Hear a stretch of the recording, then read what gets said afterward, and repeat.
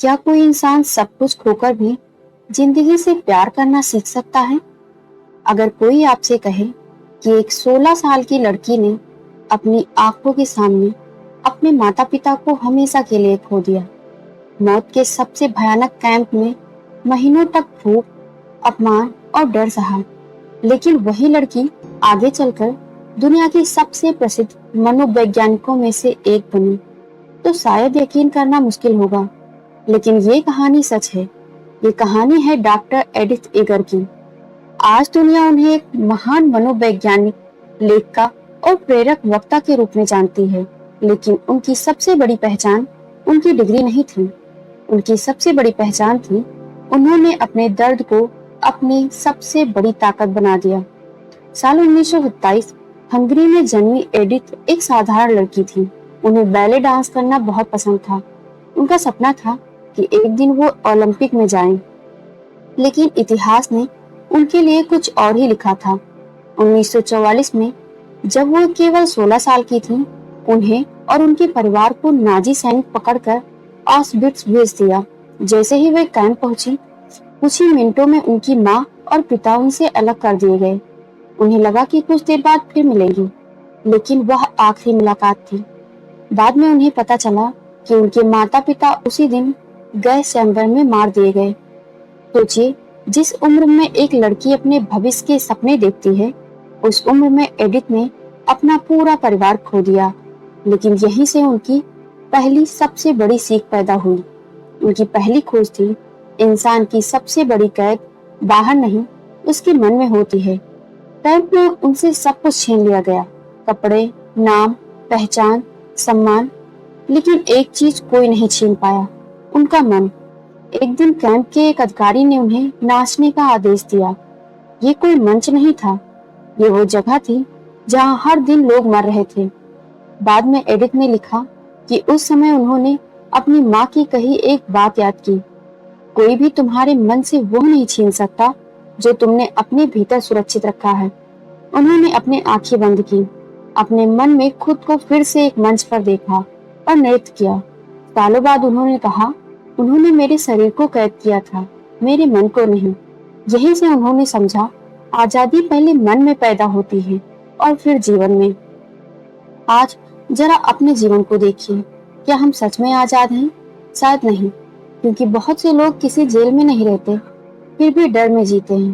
किसी ने सालों पहले अपमान किया था, आज भी वो याद उन्हें रोकती है। किसी ने एक बार कहा कि तुम कुछ नहीं कर सकते, और वही वाक्य आज उनके भीतर गूंज रहा है। यही मानसिक कैद है। एडिथ ईगर कहती थी, सबसे खतरनाक जेल वह है जिसका दरवाजा बाहर नहीं, हमारे भीतर होता है।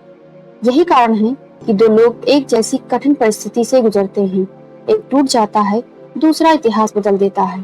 फर्क परिस्थिति में नहीं, मन की व्याख्या में होता है। लेकिन ऑस्विट्ज ने उन्हें केवल यह नहीं सिखाया कि मन को आजाद कैसे रखा जाए, उसने उन्हें एक और गहरी बात सिखाई। दर्द हमेशा दुश्मन नहीं होता, कई बार वही दर्द जीवन का सबसे बड़ा शिक्षक बन जाता है। ऑस्विट्ज से बाहर निकलने के बाद लोगों को लगा कि एडिथ ईगर की जिंदगी अब सामान्य हो जाएगी, लेकिन क्या सच में ऐसा हुआ? नहीं। उन्होंने बाद में लिखा कि असली लड़ाई तो युद्ध खत्म होने के बाद शुरू हुई। कैंप की दीवारें पीछे छूट गई थीं, लेकिन उनकी यादें नहीं। रात को नींद नहीं आती, अचानक डर लगने लगता, कभी किसी आवाज से पूरा शरीर कांप उठता। उन्हें लगता था कि वे आजाद होकर भी आजाद नहीं हैं। और यही उन्होंने अपनी जिंदगी की दूसरी सबसे बड़ी खोज की। दूसरी खोज थी, हमारे साथ क्या हुआ उससे ज्यादा महत्वपूर्ण है कि हम उसके बाद क्या चुनते हैं। एडिथ कहती थी, हम अपना अतीत नहीं बदल सकते, लेकिन हम यह जरूर चुन सकते हैं कि वह हमारे भविष्य को कैसे प्रभावित करेगा। यही सोच आगे चलकर उनकी प्रसिद्ध किताब द चॉइस का आधार बनी। उन्होंने महसूस किया कि हर इंसान के पास हमेशा दो रास्ते होते हैं। पहले, अपने दर्द को पकड़कर पूरी जिंदगी खुद को पीड़ित मानते रहना। दूसरा, उसी दर्द को अपनी ताकत बना लेना। उन्होंने दूसरा रास्ता चुना। युद्ध के बाद एडिथ अमेरिका चली गईं। वहां उन्होंने मनोविज्ञान की पढ़ाई की। कई लोगों ने पूछा, इतना सब सहने के बाद तुम मनोवैज्ञानिक क्यों बनना चाहती हो? उनका जवाब था, क्योंकि मैं चाहती हूँ कि कोई और अपने दर्द में अकेला महसूस न करे। सोचिए, जिस इंसान ने दुनिया की सबसे बड़ी क्रूरता देखी, वह बदला लेने नहीं निकला, वह लोगों को ठीक करने निकला। यही से उनकी तीसरी सबसे बड़ी सीख सामने आती है, और वो थी, दर्द हमें तोड़ता नहीं, वह हमें दिखाता है कि हम वास्तव में कौन हैं।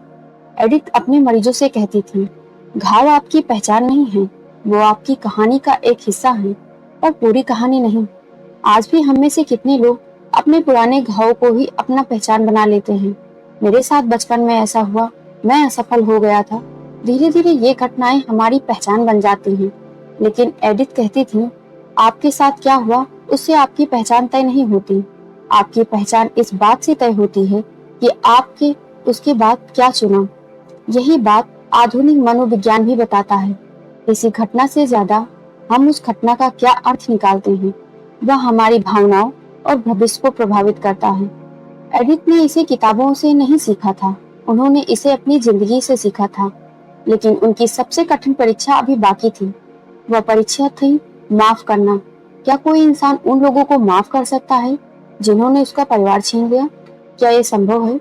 एडिथ ने इस सवाल का जवाब पूरी दुनिया को दिया, और उनकी यही सीख आज लाखों लोगों की जिंदगी बदल रही है। उनकी सीख थी, सबसे बड़ी आजादी बाहर नहीं, भीतर होती है। डॉक्टर एडिथ ईगर की अंतिम सीख, क्या किसी ऐसे इंसान को माफ किया जा सकता है जिसने उनकी आपकी पूरी दुनिया छीन ली हो? ये सवाल डॉक्टर एडिथ ईगर से कई बार पूछा गया। लोग सोचते थे कि शायद वे कहेंगी, नहीं, कुछ लोगों को कभी माफ नहीं किया जा सकता। लेकिन उनका जवाब बिल्कुल अलग था। उन्होंने कहा, माफ करना उस व्यक्ति को आजाद करना नहीं जिसने तुम्हें दर्द दिया है। माफ करना खुद को उस दर्द की कैद से आजाद करना है। यही उनकी चौथी और सबसे गहरी खोज थी। नफरत की सबसे बड़ी सजा नफरत करने वाला खुद भुगतता है। एडिथ कहती थी कि जब हम वर्षों तक किसी के लिए गुस्सा, बदला या नफरत अपने भीतर रखते हैं, तो हम सोचते हैं कि हम उसे सजा दे रहे हैं। लेकिन सच ये है, सबसे ज्यादा नुकसान हमारा अपना होता है। नफरत धीरे धीरे हमारे मन, हमारे शरीर और हमारे रिश्तों को खा जाती है। उन्होंने अपने जीवन से ये सीखा कि दर्द को पकड़े रहना दूसरी बार उसी घटना को जीने जैसा है। युद्ध खत्म हो गया था, नाजी हार चुके थे। लेकिन अगर एडिथ हर दिन उसी दर्द में जीती रहती, तो क्या वह सच में आजाद होती? शायद नहीं। इसीलिए उन्होंने अपने मरीजों से कहा, कोई भी इंसान आपको तब तक कैद नहीं रख सकता जब तक आप खुद अपने मन का दरवाजा बंद न रखें। यही कारण है कि उनकी किताब का नाम द चॉइस है, क्योंकि उनके अनुसार हर सुबह, हर परिस्थिति में हमारे पास एक चुनाव होता है। मैं अपने अतीत का कैदी बनकर रहूं या अपने भविष्य का निर्माता बनूं। उनकी पांचवी खोज थी, पीड़ित होना और पीड़ित बने रहना दोनों अलग बातें हैं। एडिथ कभी यह नहीं कहती थी कि दर्द छोटा है। वो यह भी नहीं कहती थी कि जो हुआ उसे भूल जाओ। वो कहती थी, जो हुआ उसे बदला नहीं जा सकता, लेकिन उससे अपनी पहचान बनाना या ना बनाना, ये आपका चुनाव है।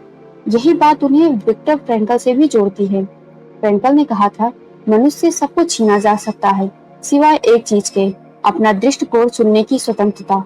और एडिथ ईगर ने अपने पूरे जीवन से यही साबित किया। उन्होंने उस विचार को केवल लिखा नहीं, उसे जीकर दिखाया। आज अगर हम अपने जीवन को देखें, तो शायद हमारी जेल ऑस्विट्ज़ जैसी नहीं है, लेकिन हमारे मन में भी कई जेलें हैं। किसी को असफलता ने कैद कर दिया, किसी को डर ने, किसी को पुराने रिश्ते ने, किसी को अपराध बोध ने, और किसी को यह विश्वास कि अब मेरी जिंदगी कभी नहीं बदल सकती। एडिथ ईगर कहती थी, सबसे पहले अपने मन की सलाखों को पहचानो, क्योंकि कई बार जेल का दरवाजा खुला होता है, लेकिन हम बाहर निकलने की हिम्मत ही नहीं कर पाते।